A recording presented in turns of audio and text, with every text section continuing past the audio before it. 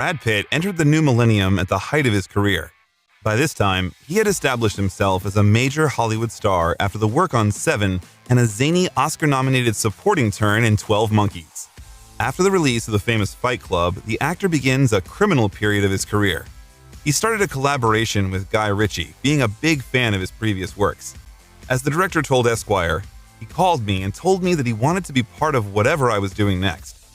Understanding that he was ready for any role in the movie Snatch and having failed the exam for imitating the London manner of speech, Brad got one of his brightest roles. It was Mickey O'Neill.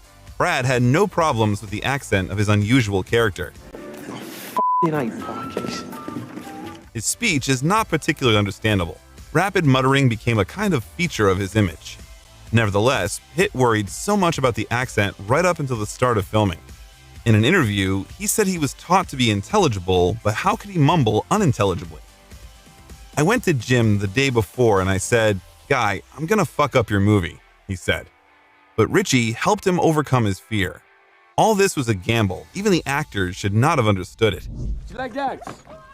Dogs. What? Yeah, dogs. Dogs. Do you like dogs? Oh, dogs. Sure. The actor took classes from boxing coach Joe Goosen to prepare for the role. He praised Brad's efforts very much. Brad showed up to work every day of those 5 weeks. The sessions were at least 2 hours every time. He put himself through the grinder to get where he ended up. Between the filming of movies, Brad had to gain about 10 pounds of muscle, which is a decent number considering his physique.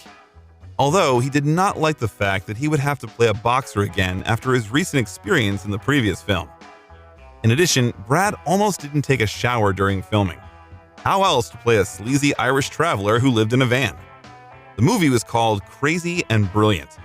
Good humor, fantastic characters, good written dialogue, professional directing, and camera work.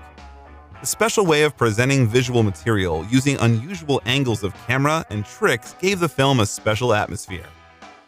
Pitt's efforts were highly appreciated too. He was able to fit into a strange, non-normative role. The scenes of the actor's performance in the ring were especially vivid and memorable. Brad Pitt sheds his movie start personally and performs impressively as an Irish gypsy. This was the average verdict of viewers on IMDb. Still, in 2000, the actor participated in the American comedy franchise Jackass, although he got only a small episodic role there. He starred in 2 episodes of the show. In the episode Night Monkey, he put on a gorilla costume to go out on the streets of Los Angeles together with 4 other joking heroes and made a little mess. They ran around the city, jumped into bushes, drove around in carts, and crashed into each other on scooters.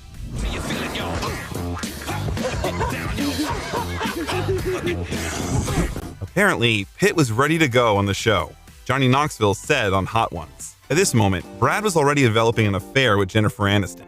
They started dating sometime in 1999, appearing together at the Emmy ceremony. Already in 2000, they announced their wedding. Pitt was captivated by Aniston's carefulness and brightness. "Jen is the woman of my life," Pitt proudly declared in every interview.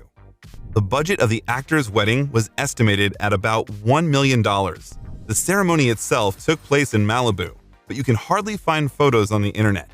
They say the location was decorated with 50,000 flowers and the fireworks cost the couple $20,000. The guests recalled the ceremony was simple and relaxed, and the young couple took vows in a playful way. It was under the influence of Jennifer that the actor acquired the secular gloss familiar to many and played his most successful commercial roles. And it was during this period that the actor looked in love in every interview. The Vanity Fair article where you were saying that maybe two people, the nature of two people is not meant to be with each other forever. Well, I don't know. I'm not sure what I was talking about. Okay. In 2001, a comedy thriller, The Mexican by Gore Verbinski, with Brad in the title role was released. He got the role of Jerry Welback, who by chance stays on a criminal path. Julia Roberts was his partner on the set. She played his hysterical girlfriend, Samantha. Brad perfectly coped with the comedic role of a clumsy criminal. Despite this, the film has a 54% rating on Rotten Tomatoes from 133 critics. The audience did not find a consensus. The movie was accused of being chaotic and incoherent. Roberts and Pitt in general are amazing actors, but they are terrible in The Mexican, they said. They worked all the kinks out of it like any Hollywood movie with Brad Pitt and Julia Roberts, but it's quirky and weird enough to stand out from the others, decided. Some were surprised at how good it turned out to be. Others, how bad and delayed. No matter how sophisticated the critics were in their research, the movie earned $147.8 million, and it stayed in the first place at the box office in North America in the first week. After the Mexican's awkward charisma came the mysterious Fleur spy game, where Brad got the role of, well, of course, a spy named Tom Bishop. There, he tried on black aviators and got into the image we will all like later in the future. Repeat that? Throw out the bottle. They know. They don't know. They don't fucking know. They'll be waiting. Drop as close to checkpoint as possible. Negative, we're coming across. No. That's an order. The actor refused to participate in the equally famous picture, The Bourne Identity, to star in the film. Some scenes of the movie were supposed to be shot in Israel, but due to the escalation of the Israeli-Palestinian conflict in 2000, filming had to be moved to Morocco. Tony Scott's Thriller became a blockbuster hit, grossing $143 million worldwide and received mostly positive reviews from film critics. It was praised for playing flawlessly in partnership with Robert Redford. The consensus reads, "The outcome of the kinetic spy game is never in doubt, but it is fun watching Robert Redford and Brad Pitt work." In parallel, Pitt did not miss the opportunity to star in the cult TV series Friends as an invited guest. Oh, that's right. Are you gonna be okay? Oh, I'll be fine. It's just, God, I hate her, Ross. I hate her. The third film in 2001 was, well, maybe you can suddenly remember it, huh? Of course, we are talking about the famous Ocean's 11, a crime film by Steven Soderbergh. 11 people got together to rob a casino. Brad was among them in the role of Robert Rusty Ryan. He is the right hand of the protagonist and his best friend. He is elegant and balanced, but at the same time, he is an avid gambler and sharper. This was how the world saw the new image of the actor.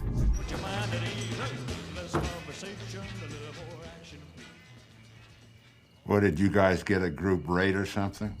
Each of the main actors went to reduce his fee in order for the picture to be released. George Clooney set the example by limiting his income. Las Vegas became a huge filming venue. One of the things that scared me when I read the script was the amount of time we would have to shoot at the casino, Soderbergh said. The team was lucky that one of the producers, Jerry Weintraub, and the owner of the Bellagio Casino were friends. It allowed them not to be limited to shooting only at night and feel free to close this or that part of this casino or turn off the fountains. By the way, if you noticed, Rusty has an interesting feature. Throughout the film, he constantly eats or drinks something. It was the actor's idea. Brad believed that with all the planning of a multi-million-dollar casino robbery, there would simply be no time for hearty dinners, and his hero would have to eat fast food as soon as such an opportunity arises. This interesting feature had another side. In one of the scenes, the actor had to eat 40 shrimp while reshooting. In order to convey the friendly atmosphere between the main characters, the actors had to spend a lot of time together. The film recouped the cost of time and effort and brought $450 million. The casino robbery adventure became so popular that the director decided to release 2 sequels, building a whole universe of cunning robbers and evil billionaires in the Mojave Desert.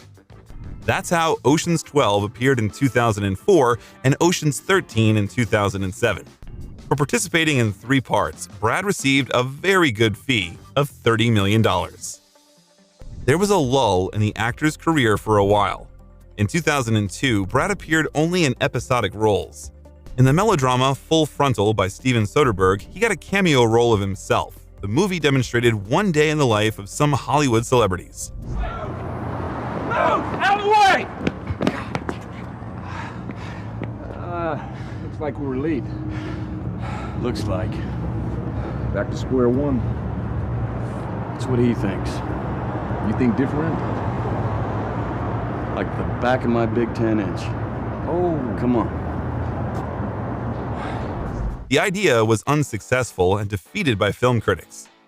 In George Clooney's comedy drama called Confessions of a Dangerous Mind, he played the role of Bachelor Number 1. You won't believe it, named Brad. In addition, in 2002, Brad Pitt started a new business. He founded his own production company called Plan B Entertainment, a joint venture with Jennifer Aniston and Brad Gray, the head of the Hollywood film studio Paramount Pictures. It was Pitt's company that produced such films as Charlie and the Chocolate Factory, starring Johnny Depp, and a few years later, not without Pitt's efforts, such films as A Mighty Heart with Angelina Jolie and the assassination of Jesse James by the coward Robert Ford were released. Plan B Entertainment also participated in the creation of the film The Departed, which won an Oscar. In 2003, Pitt was engaged in the voice acting of Sinbad in the animated film Sinbad: Legend of the Seven Seas, and played a cameo role in Ryan Williams' dark comedy Abby Singer. But the stagnation didn't last long, and next year Brad got the opportunity to play Achilles in a historical drama called Troy.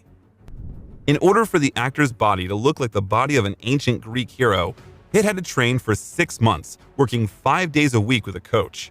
Also, he began to practice sword and spear training. He tried so hard that ironically, he injured his Achilles tendon, which caused the shooting to be postponed for some time. But this was not the only victim.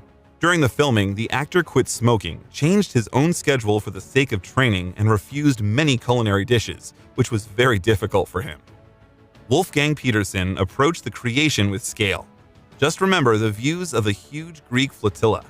And he clearly liked the image of Achilles performed by Pitt, considering how often the latter was on the screen.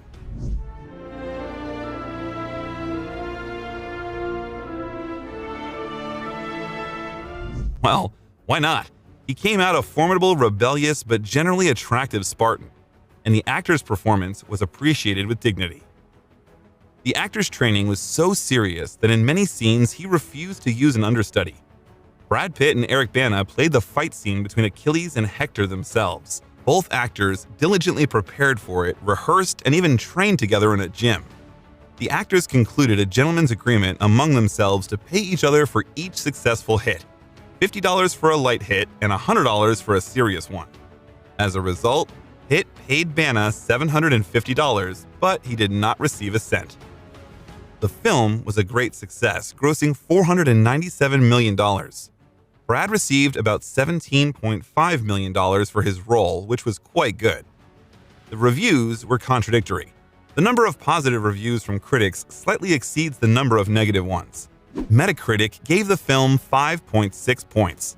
Professional critics were not so generous. Jonathan Foreman from the New York Post wrote that the film Troy was spoiled by one of the worst castings in recent Hollywood history. The lackluster ensemble hired by the director was overwhelmed by impressive scenery and mass scenes. Roger Ebert, one of the most famous film critics, gave the film 2 stars out of 4. The critic was dissatisfied with the lack of Greek gods, characters shown as typical action movie heroes, and computer-generated armies. The characters are not as complex and conflicted in the Greek drama as they were shown in the film. A series of successful projects with Pitt's participation continued, and already in 2005, the film Mr. and Mrs. Smith was released. The story tells how the 2 main characters, John and Jane Smith, played by Brad Pitt and Angelina Jolie, are trying to build a family relationship, and everything would be fine if they weren't both killers.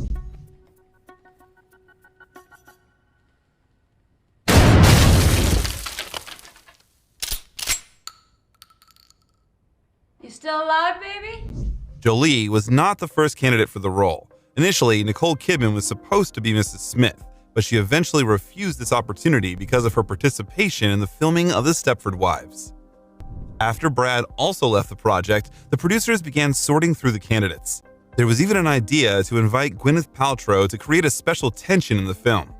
Only after Jolie agreed to the role, Pitt returned to filming. Angelina mentioned that she had her own reason to agree to the role. In an interview with Vanity Fair, she explained that 2 unsuccessful previous marriages with actors Johnny Lee Miller and Billy Bob Thornton helped her get into the role. At this point, both actors were popular stars. Therefore, the news about the joint project generated a huge interest from the press and an inextinguishable onslaught of paparazzi. According to the memoirs of producer Akiva Goldsman, paparazzi armies lined up along the highway. It was impossible to stop them. The problem became so serious that some members of the press inadvertently got into the film. As a result, they had to be cut from the final version. It got to the point that they promised $300,000 to the shooting group for a joint photo of actors.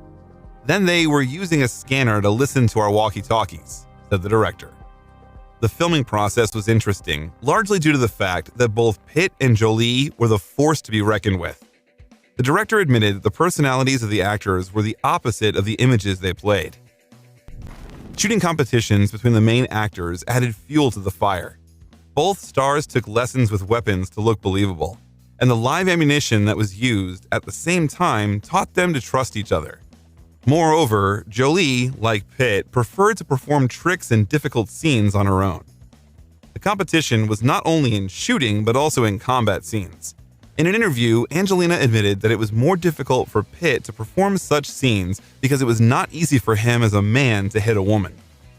We wanted, every time a husband and wife says to each other, "I could just kill you," we thought, what if they really could? She recalled. Come to Dad. By this point, Pitt had been married to Aniston for 5 years. After the end of Friends, Jennifer declared that she was ready to replenish the family, and the couple's fans discussed their wonderful marriage. And after the filming was over, she planned to go on a trip with Brad. But the miracle did not happen.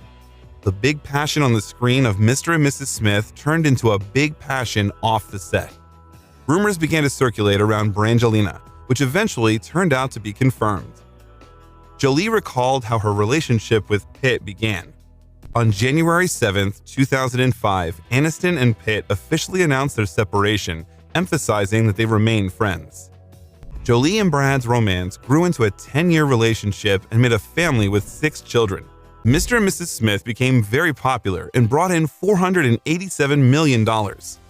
Although it had mixed reviews, the birth of Brangelina greatly overshadowed the film both during filming and at the box office. Everything was complicated by the fact that fans and viewers were more interested in the details of the personal life of the heroes than the movie itself. Since that time, there were almost no interviews held without provocative questions. Tell me what it was like the first time that you laid eyes on Angelina. Was it like one of those classical love stories, like when Ross first saw Rachel? You know that show, Friends? Have you seen that?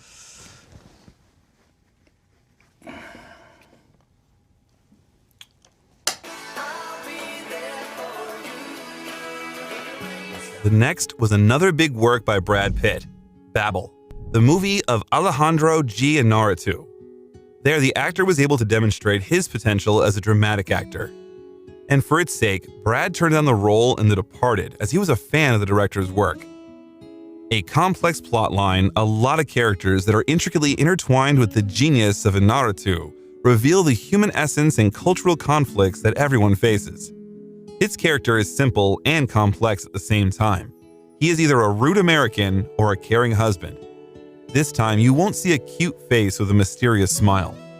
Pitt is serious, frowning, and he's on the edge, but it's worth watching him in this image. Really? I held one in my hand. It bit me. It really didn't bleed, but Dad, are you okay? No, I'm okay. Another unusual role in the actor's piggy bank is the image of the legendary raider and robber of the Wild West, Jesse James. His life was illustrated in Andrew Dominik's biographical western, The Assassination of Jesse James by the coward Robert Ford. The director was able to show us another non-typical side of Brad, gloomy, mournful, compassionate, and kind at the same time. Here, we see Pitt in the role of a daring, unpredictable sadist who kills not only out of necessity, but also for his own pleasure. Gradually, his character falls into paranoia, seeing betrayal in close friends and associates. But you're giving me signs that grieve my soul. And make me wonder. Maybe your mind's been changed about me. A deep work that conveys a deep and contradictory human experience to the viewer. In that period, we see the desire of the actor to invest his time in serious, meaningful stories. For his role, the actor was awarded the Volpe Cup for Best Actor. In 2008, the film was awarded 2 Oscar nominations, a Golden Globe nomination, and many others. In 2008, Pitt performed one of his most high-profile roles in the film The Curious Case of Benjamin Button. The film was the actor's 3rd work with director David Fincher and was based on the short story of the same name by Francis Scott Fitzgerald. The role radically differs from the previous ones. It's energetic and revolutionary in style, visual presentation, and tone. Gradually, it involves us in the plot and asks such simple and such important questions, the transience of life and the importance of its moments. The love thread played by Pitt and Kate Blanchett is also important. Sleep with me. Absolutely. The actor's desire to choose roles not just for the sake of roles can be seen. Brad tried to be critical of the role selection in order to prove his talent and choose interesting projects. However, such projects required a lot. To make everything look as natural as possible, Pitt was for about 5 hours every day under the power of the makeup artists. Despite the non-standard main role, the actor coped with it perfectly, plausibly playing his hero both at 16 and 60, adding his own charisma to the image, which makes Button a pleasant character. You may not have noticed, but there was an Easter egg for another famous work of the duo in the drama. We're talking about Fight Club. In one of the scenes, Benjamin's father asks about the house on Paper Street where Tyler Durden lived. The Curious Case of Benjamin Button received a lot of rave reviews from viewers and critics. The director's work, Brad's game, sound, and visual effects were highly appreciated. The film got $335.8 million and was nominated in 13 Academy Award categories. Among them was Best Actor for Brad Pitt. It did get 3 of them, and the film is considered one of David Fincher's best works. Another movie of the year was the black comedy of the Coen brothers, Burn After Reading. There, Pitt, together with George Clooney, Frances McDormand, and John Malkovich, played the main roles. Chad Feldheimer is an eccentric fitness trainer who finds himself embroiled in a mess around a mysterious disc with supposedly secret CIA data. He finds himself in quite funny and difficult situations trying to make money on a successful find. I thought you might be worried. Worried? About the security of your shit. Brad coped well with the role of an eccentric and comical character, but it was exactly what we expected from him in a comedic role. Pitt once again established himself as an actor who can handle a variety of types of images and characters. Burn After Reading was received mostly positively. Andrew Pulver, the Guardian's film reviewer, awarded the film 4 stars out of 5, calling it a highly twisted spy comedy with a brilliant plot. The film received 2 Golden Globe nominations and 3 BAFTA nominations, among them for Best Supporting Actor for Brad Pitt participation.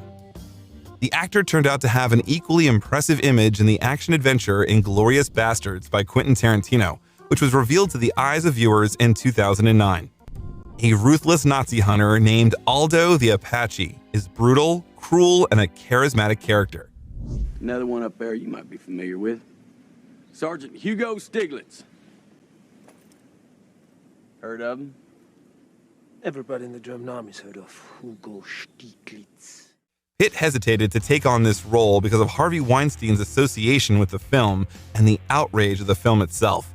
But Tarantino convinced him. He was helped by a night of conversations about the role in the Maryville Castle, where Brad lived with Angelina and a bottle of Pink Floyd pink wine. Quentin spent about 10 years writing the script and admitted in an interview that he did not fully understand how this story would end. Pitt liked this character so much that he stayed in character most of the day, Tarantino recalled. It wasn't some methody, psychotic kind of thing or some unnerving kind of thing. He could always respond as Brad, but there was always a little Aldo in there. He was pleased with how Pitt understood his character and intuitively played it right. And the German will be sickened by us. And the German will talk about us. And the German will fear us. The alternate history of World War II received many positive reviews, as well as 8 Oscar nominations, including for Best Film, Best Director, and Best Original Screenplay. The movie got $321 million and pleased all fans of both Tarantino and Brad. The actor also had the pleasure of cartoon voiceovers. In 2010, Metro Man from Megamind spoke Brad's voice, and in 2011, he voiced Will the Krill in Happy Feet 2. By this point, Brangelina's family had grown quite large. They were raising their son Maddox, whom Angie adopted back in 2002. 3 years later, the couple had a daughter, Zahara, from Ethiopia. In 2006, the Jolie Pitt family had a biological daughter, Shiloh, and a year later, a Vietnamese boy named Pham Quang Sang was adopted, who was later named Pax. But the external ideal was disrupted by frequent conflicts in the family. According to those close to the couple, Angie and Brad argued literally about everything from politics to what to cook for dinner. The actor was seriously addicted to booze and marijuana, which will later become a serious argument not in his favor. In addition, in 2007, Brad was allegedly spotted in the company of a Sudanese model with whom he had an affair. At least, that's what the magazines wrote. Anyway, fatherhood became an important part of the actor's life, according to him, and it had a great influence on him. In interviews, Pitt always warmly speaks about kids.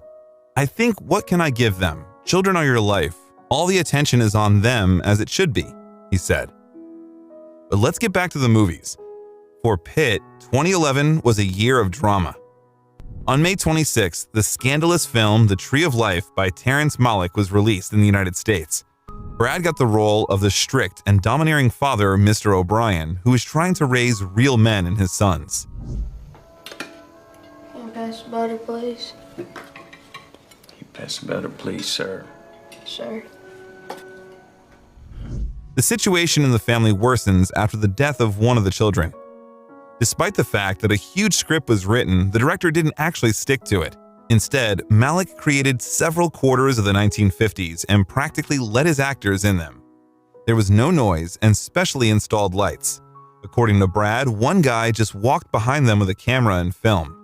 Every day, he gave his actors a few notes that were more like a stream of consciousness. The role itself was originally intended for Heath Ledger, but after his death, he was replaced by Brad, who had to overcome his role as a charming hero.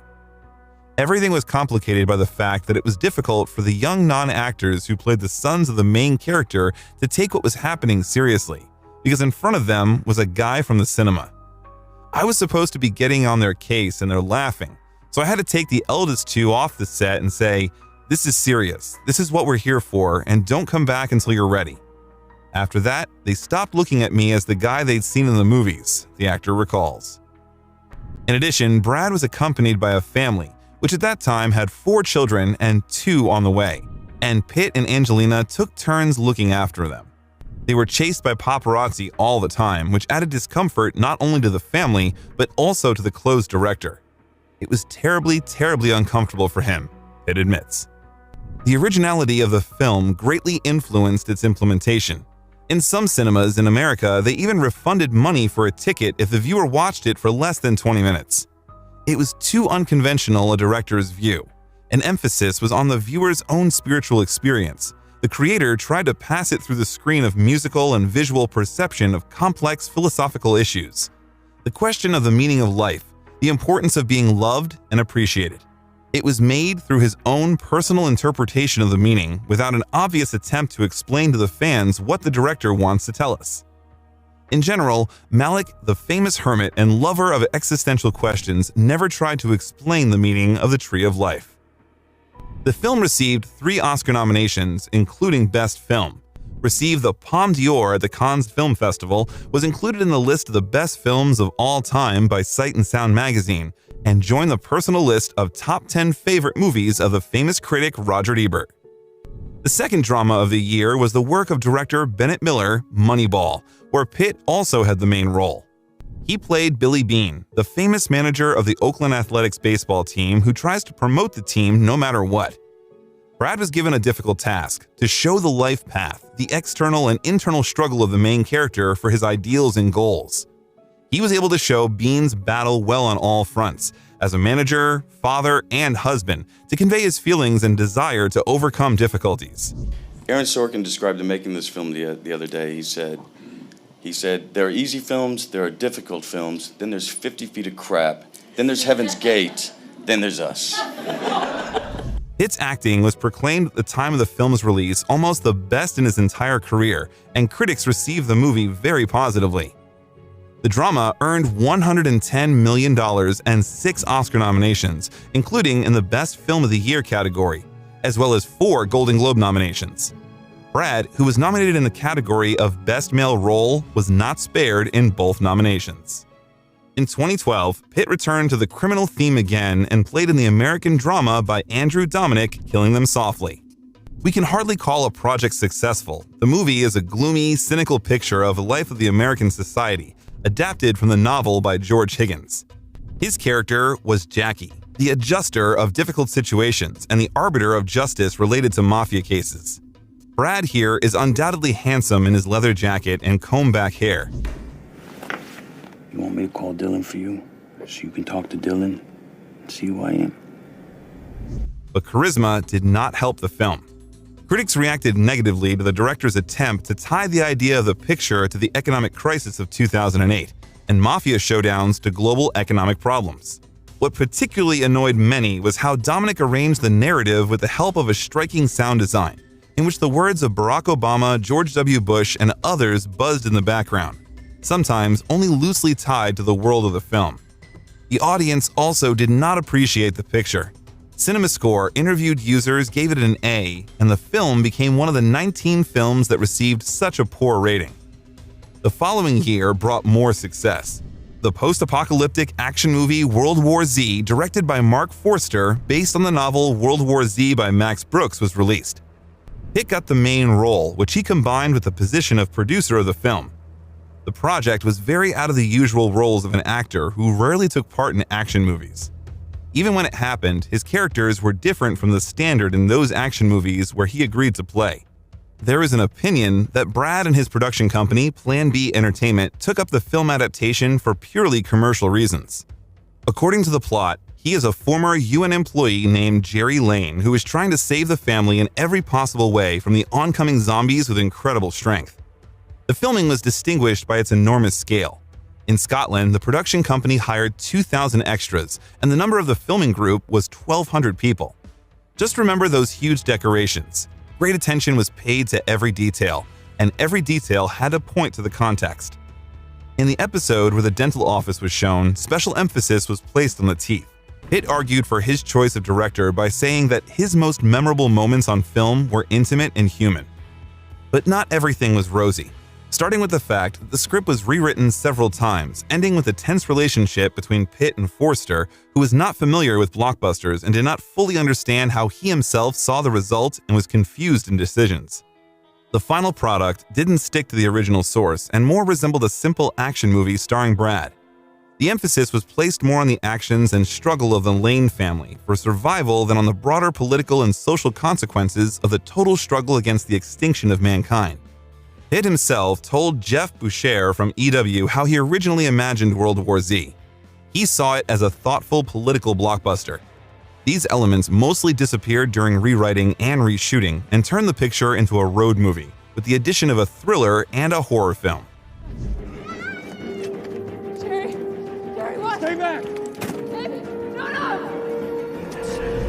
The conflict with the local Hungarian police added fuel to the fire. It raided a warehouse with props where the production stored 85 weapons for filming in Budapest. It happened due to the fact that the weapons were not approved by the national government. It turned out that it was combat and fully functional, which led to proceedings. However, the movie was still a commercial success and got mostly positive reviews. It recouped the costs of $190 million, earning $540 million. On October 18th, a historical drama, 12 Years a Slave, directed by Steve McQueen, was released. It became an adaptation of the autobiography of Solomon Northup. There, Northup tells about his difficult fate in which he had to fight for his own freedom as an African American in the middle of the 19th century. Pitt got a small role of a Canadian worker, Samuel Bass, who helps the main character on the way to this victory. The image of the Bass turned out to be something typical, almost biblical, with conceptual conversations about good and evil. What amused me just then was your concern for my well-being in this heat, when, quite frankly, the condition of your laborers. Condition of my laborers? It is horrid. The hell? It's all wrong, Mr. Epps. 12 Years a Slave brought Brad the coveted Oscar statuette, given to him not for acting, but for producing work. Another minor role went to the actor in Ridley Scott's crime thriller, The Counselor. The image of an intermedium between the main character and the drug business became one of the brightest in the picture, but many criticized the actor for deliberate pretentiousness. Life wisdom combined with jokes from snuff films, a cowboy hat, and the look of Master Yoda turned out very ambiguous. They think everybody's hooked into something. You need to think about this, counselor. These people are out 20 mil. You understand how serious this is? However, several articles were subsequently published about the scene where Pitt's hero died. The audience was impressed so much either by a plausible game or by the bloodiness in the details. The counselor was criticized by the audience for the imperfection of the script, for relishing sex, murder, and violence, and for the weak performance of the actors. On film critics' websites, it earned an average rating of 4 out of 10. In 2014, David Ayer's military adventure thriller Fury appeared on the screens, where Pitt got the main role of a staff sergeant named Don War Daddy Collier. I did. Best job I ever had. The actor took his role so seriously that he literally lived in a tank, like his character, and treated it like a house. This led to one of the conflicts between him and Scott Eastwood, who, according to the script, had to chew tobacco and spit it in the tank.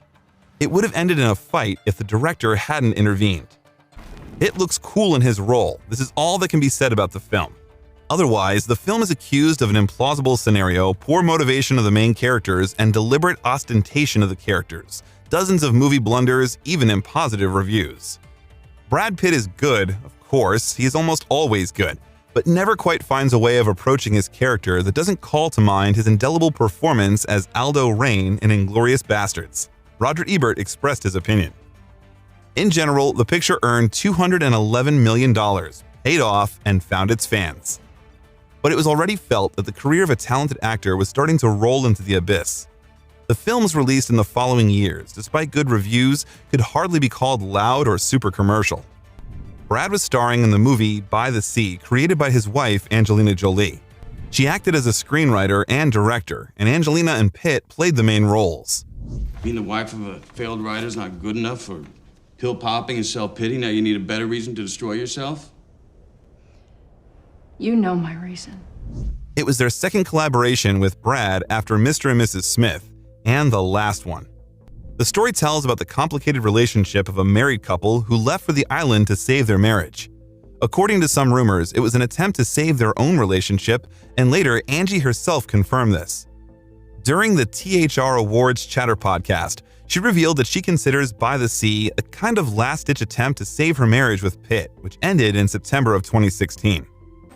By the Sea was criticized and only got a little more than $3 million at a cost of $10 million. Despite the beautiful Angelina and the attractive views of Malta, the audience did not like either the plot or its implementation. After that, Adam McKay's biographical drama The Big Short, dedicated to the events of the mortgage financial crisis of 2007 and 2008, was released. The script of the film is based on the book by Michael Lewis, The Big Short, Inside the Doomsday Machine. According to the story, several financial experts predicted the crisis and decided to benefit from it in the real estate market. Pitt became not only the director of the film, but also got a small role to ensure good financing of the production. The image of a retired banker, Ben Rickard, became prominent for the actor against the background of standard roles. Forget about the cuteness. This time he had long hair, an overgrown beard, and glasses. You hardly recognize Pitt right away, passing by the monitor. Bet, you still there? Yeah. I'll be honest, gentlemen. It scared the shit out of me. That's a good thing, right? Rickard's prototype is Ben Hockett, who, together with his friends, organized an investment fund and amassed wealth thanks to his bets against the housing market. The director used accessible and sometimes humorous ways to illustrate complex financial instruments and tools, from collateralized debt obligations and tranches to credit default swaps and mortgage-backed securities that helped sink the global economy. This led to an appropriate result. The picture received high rates for the depth and plausibility of the presentation of market and economic mechanisms, which are little accessible to the uninitiated viewer. But also, it got the Oscar for the Best Adapted Screenplay and 4 more nominations, including for Best Film. In 2016, Pitt was involved in the filming of the promising romantic thriller Allied, in duet with the beautiful Marion Cotillard. The picture by Robert Zemeckis told about the love of a U.S. intelligence agent played by Brad and a Nazi spy. The screenwriter of the film, Stephen Knight, admitted that the idea was invented by him during one of his trips. It hardly looked like a documentary or even a historically plausible film, but Allied aimed to convey the spirit of the time, saturated with contradictory reality. A combination of truth, fiction, the unfathomable fog of war, and two bright actors whose collaboration really made a splash. People thought, did a stormy romance really happen between Pitt and Cotillard? And was it connected with the rumors of the collapse of Brangelina? Unfortunately, we will never know whether there was an affair, but what is known is that Marion taught Pitt French for the role. The audience noticed that both actors were not very comfortable in their roles. They looked strained and clumsy. The aging golden boy has never been comfortable with conventional heroes or handsome stiffs, and here he's both. Robert Abel wrote in one of the articles, "If we're dead tomorrow,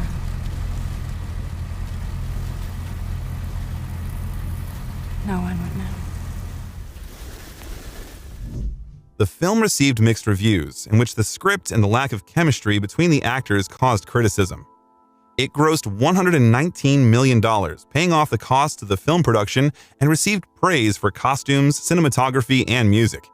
On the other hand, for RogerEbert.com, Peter Sobiński gave the film 4 stars.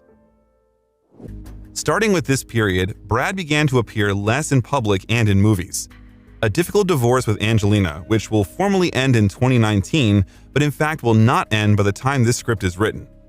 Jolie filed for divorce in the fall of 2016, arguing for her decision because of the difference in approaches to parenting and the actor's addiction to alcohol and drugs. The situation was aggravated by the fact that after the release of the film By the Sea, each of them went into their own lives. Despite the attempt to return to the relationship in 2014 and the atmospheric wedding of the actors, everything was falling apart. According to the couple's friends, the wedding itself was organized for the sake of the children and their peace of mind. But according to one of Pitt's relatives, quoting his words, "I endlessly lay on the couch, smoked weed, and felt the complete meaninglessness of my life." The passion between the lovers had since faded. Angie's illness, family squabbles only brought the relationship to an end, but it marked a new round of vision in the actor's life, the vision of his career and his life. Pitt began to treat the roles more selectively, abandoning the position of the external protagonist and focusing on non-standard characters. He devoted a lot of time to his role as a film producer, arguing this area as a way to help the creativity of up-and-coming directors and promote the work of already famous masters. Spending time oftenly in his residence, Pitt began to immerse himself more and more in his inner world and creativity. Pitt has a number of properties in and outside of LA, a beach house near Santa Barbara, a modernist glass and steel residence also in the Hollywood Hills, but it's Craftsman Home, which has been a fixture in his life throughout his tenure as a movie star, where he's been holed up for much of the pandemic. The house, which is located in Los Feliz, California, was purchased by the actor in 1994 from Cassandra Peterson.